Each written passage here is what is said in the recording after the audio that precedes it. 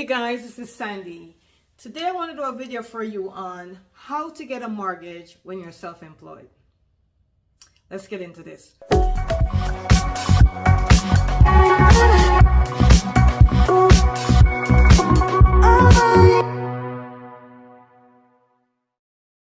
My name is Sandy. I'm a licensed realtor here in the Central Florida area and also a licensed loan originator, a loan officer. So let's examine if I'm looking to buy a home and I'm self-employed, what to do. Well, typically an employed person, meaning someone that has a payroll employed by a company, lenders typically see them as a better candidate because they have a steady income, they have a payroll, they get a certain amount each week, and they could show that on paper. When you're self-employed, especially if you're not paying yourself a regular income each week or month or whatever, it becomes a little bit more difficult if you're not doing payroll to yourself. Now remember, if you're self-employed, you could literally give yourself a check each week and do all your taxes, do your payroll stuff, make sure your payroll department is doing that or your accountant is doing it for you, and you could go by that. But this video is specifically about if you're self-employed and you're not giving yourself a weekly income, maybe you're a contractor, air conditioner guy, plumber, electrician, whatever it is, you have your own company and you work for yourself and know you want to buy a home. So the first thing you're going to want to do is you want to make sure that you have great credit, because that's going to play a role in them seeing you credit worthy, them knowing that you could control your debt because they don't have a history of income to go from because you're self-employed. Which means some months you might make $10,000, other months maybe $1,000, another month maybe $50,000. So you don't have a steady stream of income. So the one thing the bank is going to be paying a lot of attention to is your credit score.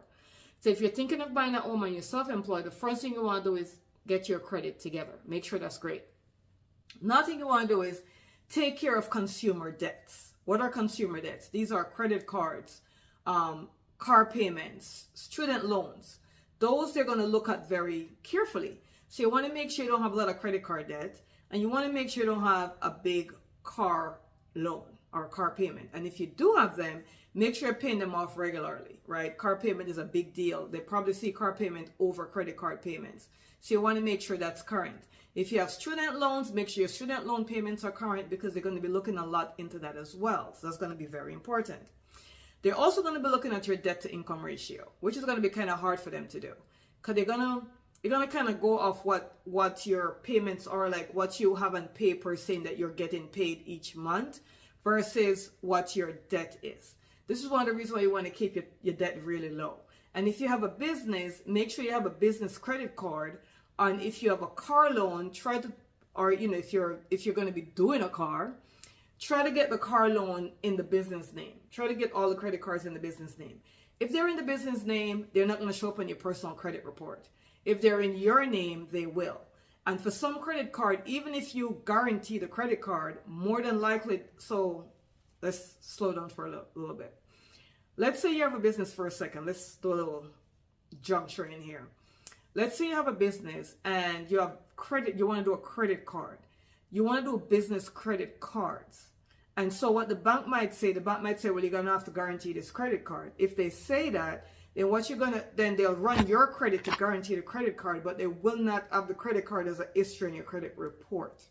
So even though they use you as a guarantor to get the credit card for your business, if it's a business credit card, the payment history will be on the business. The only time it becomes a problem for you is if you're not making the payments. So obviously then it will then affect your personal credit. So if it's on your business credit, that will help you to build your business credit. A business credit card will, and it will keep on the business side of your credit unless you don't make the payment. Same thing with a car loan.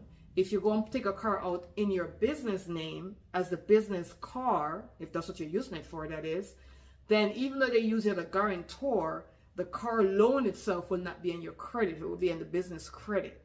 So then if you're going to go buy a home, the lender for the home will not use that. Any business loan, any business car payment, any business credit card will not be seen on your regular credit report, even though you guarantee it. They only run it one time to make sure your credit score is good for them to give it to you. But once they give you that loan for credit card or for the car, it's not going to show up in your regular personal credit history.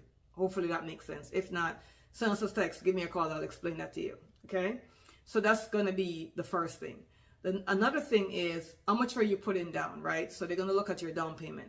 Obviously, the more money you put down, the better for you. So if you're putting 20% or more down, they're not going to scrutinize a lot of things as they will if you're putting 20% or less. So 20% is where it is right there. So if you're self-employed, you may want to save up to do 20% down. You don't have to, but that may be a good start so you don't get as much scrutiny from the bank. One of the loans that a lot of lenders will lean towards when they're dealing with people that are self-employed is called a bank statement loan. And the bank statement loan is where you'd give 12 months. Some banks want 24 months, some banks want 18 months. But for the most part, 12 months, you'll show 12 months of bank statements for your business and for your personal. Now, for the business, because you're self-employed, so you have a business account, and your business 12 months of bank statement will show the bank what your business is doing. How much money does your business take in on a monthly basis? How much money is going out on a monthly basis? They're not going to look more in the expense side of it. They're going to more look into how much money is coming in.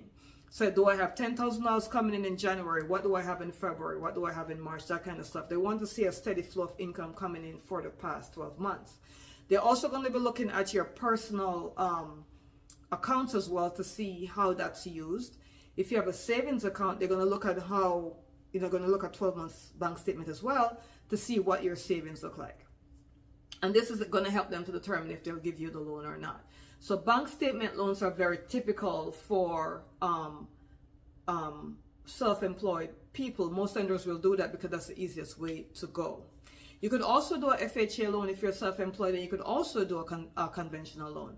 If you're doing an FHA loan though, and you're self-employed, you're going to get a lot more scrutiny. And at that point in time, you may want to show that you have 12 months of, they're going to definitely want to see your bank statements. FHA is more lenient if you're paying yourself each month. So if you're self-employed and you're giving yourself a salary each week or each month, you're more likely to qualify for FHA. If you're not giving yourself a salary each week or each month, FHA is going to get more deeper. They may want 24 months of bank statement, and they may or may not give you the loan. So you could still do FHA based upon how you structure your accounting if you're self-employed. For a conventional loan, they're going to more look on your bank statements if you are not giving yourself a weekly salary or a monthly salary. So if you're giving yourself a weekly or monthly salary, it makes it easier because the bank could say, okay, they're self-employed, but this is the income that they're saying they're making. Well, the next question is, how much money are you paying yourself? Are you paying yourself enough to qualify to get the loan? Or are you just giving yourself a very little bit of, very light salary each week or each month? So you may be paying yourself, but the bank may still want the bank statements to back up how much you say you're paying yourself.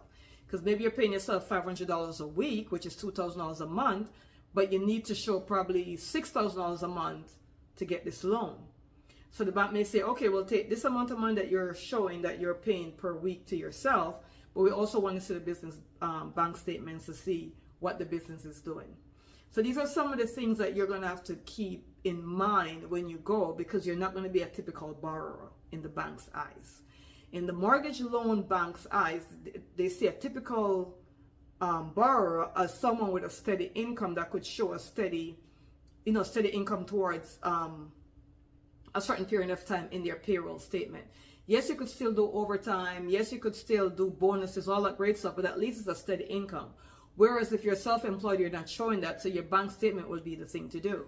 So if you're self-employed and you're thinking of buying a home, I would start paying down any consumer debt that's on my credit report. I would start saving more so I could at least get to 20% down payment, for an example. I would also put any kind of debt that I'm going to take out on my business and not on me, as long as it's a business thing. So if you're going to use a car for a business, make sure it's in a business loan. Very important for you to get an EIN number and start to build your business credit. Duns and Bradstreet is somewhere you need to go to register your business, and they're the ones that will keep credit score on your business, because believe it or not, there's such a thing as business credit. So PayPal is also a good way to start to build your business credit, because you could do a business loan through PayPal, which you pay back weekly, but that's pretty cool. You could do a business credit card through PayPal. You could do working capital through them if they're your merchant bank. So another thing is also, if you have any merchant bank meaning the bank that you're using to accept Visa, credit cards, American Express, I was going to say MasterCard, I was going to say Master Express. Okay, forgive me for that. So any merchant bank that you're using to accept credit cards with, you could also get a line of credit for that from them, and that will also help to build your business credit. Okay, so once you build your business credit, you could do credit cards and car payments and all this stuff through the business and not on your own personal credit, which will help you to look better in the bank's eyes when you're looking to buy a personal home. Okay, so that's some of the things. Now, what if you're self-employed and looking to buy a home for your business? This is when you will have to have very strong business credit and do the things we just discussed to build your business credit. So the bank will actually give you a loan, a business loan for your business to do to purchase a business property. But you have to have good business credit. You're going to have to guarantee the loan, I'm pretty sure, unless you're paying cash. But even though you're guaranteeing the loan, the bank will lean more on your business credit. If you're buying a home for your own personal use, your own personal home, then you're going to have to do the things I just say. And one of the best things to do may be a bank statement loan, where you're able to do the loan based upon the bank statement of the business and your own personal bank statement as well. I hope this helps. If you have any questions or want to get more into this, send us a call. Give us a call, send us a text. The number should be somewhere here, somewhere below. You know, I talk so fast that I'm like way ahead of my words, so please forgive me for that. Be sure to subscribe to our channel and then click on the little bell so you'll be notified each time we put out a new video. Thank you so much for listening, guys, and I'll see you in the next video.